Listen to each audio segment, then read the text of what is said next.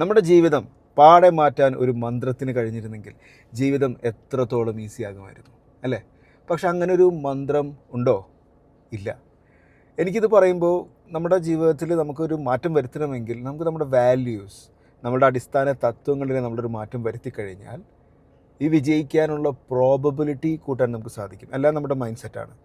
ഇത് പറയുമ്പോൾ ഞാൻ എൻട്രൻസ് കോച്ചിങ്ങിന് തൃശ്ശൂർ ഒരു സ്ഥലത്ത് പോയപ്പോൾ അവിടെ കോട്ട്സ് കുറേ എഴുതി വെച്ചിട്ടുണ്ട്. അപ്പോൾ അവിടെ ഒരു കോട്ട് എൻ്റെ മനസ്സിൽ ഇപ്പോഴും സ്ട്രൈക്കിംഗ് ആയിട്ട് നിൽക്കുന്നുണ്ട്. ആ കോട്ട് ഇങ്ങനെയാണ്: a winner never quits and a quitter never wins. Entrance കോച്ചിങ്ങിന് ഞാൻ വിൻ ചെയ്തില്ലെങ്കിലും ഈ കോട്ട് എൻ്റെ മനസ്സിലുണ്ട്.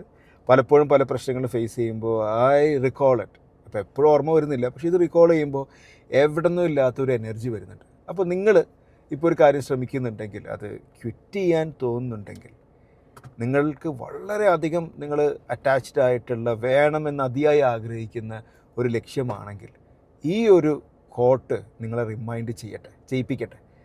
A winner never quits. അപ്പോൾ നിങ്ങൾ വിജയി ആകണമെങ്കിൽ don't quit and a quitter never wins. നിങ്ങളിപ്പോൾ ഒരു കാര്യം, ചെറിയൊരു പ്രശ്നം വരുമ്പോഴേക്കും, കഷ്ടപ്പാട് വരുമ്പോഴേക്കും അത് ക്വിറ്റ് ചെയ്യുകയാണെങ്കിൽ, ആ ക്വിറ്റ് ചെയ്യുന്ന ആളുകൾ ഒരു കാര്യത്തിലും അവർക്ക് വിജയിക്കാൻ സാധിക്കില്ല. ഇപ്പോൾ നമ്മൾ ചെറിയ ചെറിയ കാര്യങ്ങളിൽ റെസിസ്റ്റൻസ് കുറവാകുമ്പോൾ നമ്മളത് ചെയ്യും. പക്ഷേ വലിയ ലക്ഷ്യങ്ങളിൽ അതിനനുസരിച്ച് പ്രൊപ്പോർഷണലായിട്ടുള്ള വലിയ വലിയ തടസ്സങ്ങളും പ്രശ്നങ്ങളും ചാലഞ്ചസും ഉണ്ടാവും. അപ്പോൾ അങ്ങനെ ഒരു ചാലഞ്ച് ഉണ്ടാകുമ്പോൾ റിമെമ്പർ ദിസ്, നിങ്ങൾക്ക് മുന്നോട്ട് പോകാനുള്ള ഒരു ഊർജം ഇതിൽ നിന്ന് കിട്ടും. ഇപ്പോൾ നേരത്തെ പറഞ്ഞ മന്ത്രമല്ലേ, അപ്പം അങ്ങനൊരു മന്ത്രമായിട്ട് നിങ്ങൾക്ക് യൂസ് ചെയ്യണമെങ്കിൽ ഇതൊന്ന് ട്രൈ ചെയ്ത് നോക്കൂ. A winner never quits and a quitter never wins. ചിലപ്പോൾ വർക്ക് ചെയ്താലോ?